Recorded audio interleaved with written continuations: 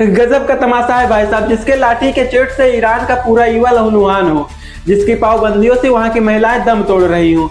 आज उस खमेनेई के मर जाने के बाद ईरान की गलियों में मिठाइयां बांटी जा रही हैं, लोग डांस कर रहे हैं, जश्न मना रहे हैं। लेकिन सबसे ताजुब की बात यह है कि लखनऊ के आलीशान कमरों में बैठकर कुछ लोग छाती पीट पीट कर रो रहे हैं, मगरमच्छ के आंसू बहा रहे हैं।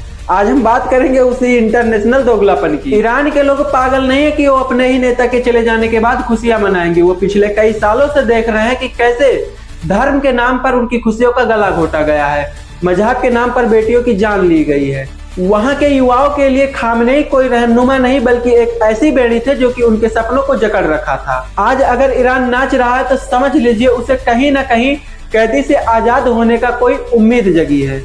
अब जरा लखनऊ के उन मगरमच्छ के आंसू रोने वालों लोगों से पूछिए कि भाई साहब आपके पेट में दर्द किस चीज का हो रहा है? क्या आपको ईरान की उन सड़कों पर खून नहीं दिखाई देता, या फिर ये समर्थन सिर्फ इसलिए है कि आपका मजहबी चश्मा इन सब हकीकत को दिखने नहीं देता है? अजीब विडंबना है, जिस तानाशाह को ईरान की जनता लात मार रही है, आज उसे लखनऊ के कुछ लोग अल्लाह का नूर बता रहे हैं। ये वही लोग हैं जिन्हें भारत का लोकतंत्र तो चाहिए, लेकिन ये समर्थन 7 समंदर पार दुनिया के सबसे कट्टर तानाशाहों का करते हैं।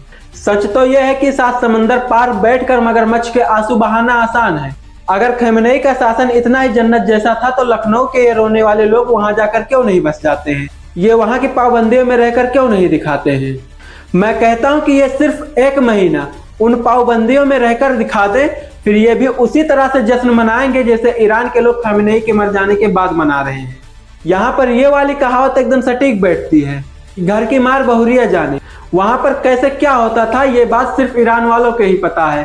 7 समंदर पार बैठकर मगरमच्छ के आंसू बहाना तो बहुत आसान है। दूसरों के घर में लगी आग को चिराग कहना बंद करिए। ईरान के लोग अपने आजादी का जश्न मना रहे हैं और आपका मातम सिर्फ आपके कट्टरता का प्रदर्शन है। ईरान के लोग जो आज महसूस कर रहे हैं वो वहां का रहने वाला ही जान सकता है। बाहर बैठकर मगरमच्छ के आंसू रोने वाले लोगों को अब ये समझ लेना चाहिए कि जनता अब डराने वाले डंडे से नहीं बल्कि लोकतंत्र और हक से प्यार करती है। आपका इस दोगलापन पर क्या कहना है? लखनऊ का रोना जायज है या फिर ईरान का जश्न जायज है? आप अपनी भड़ास कमेंट सेक्शन में निकाल सकते हैं।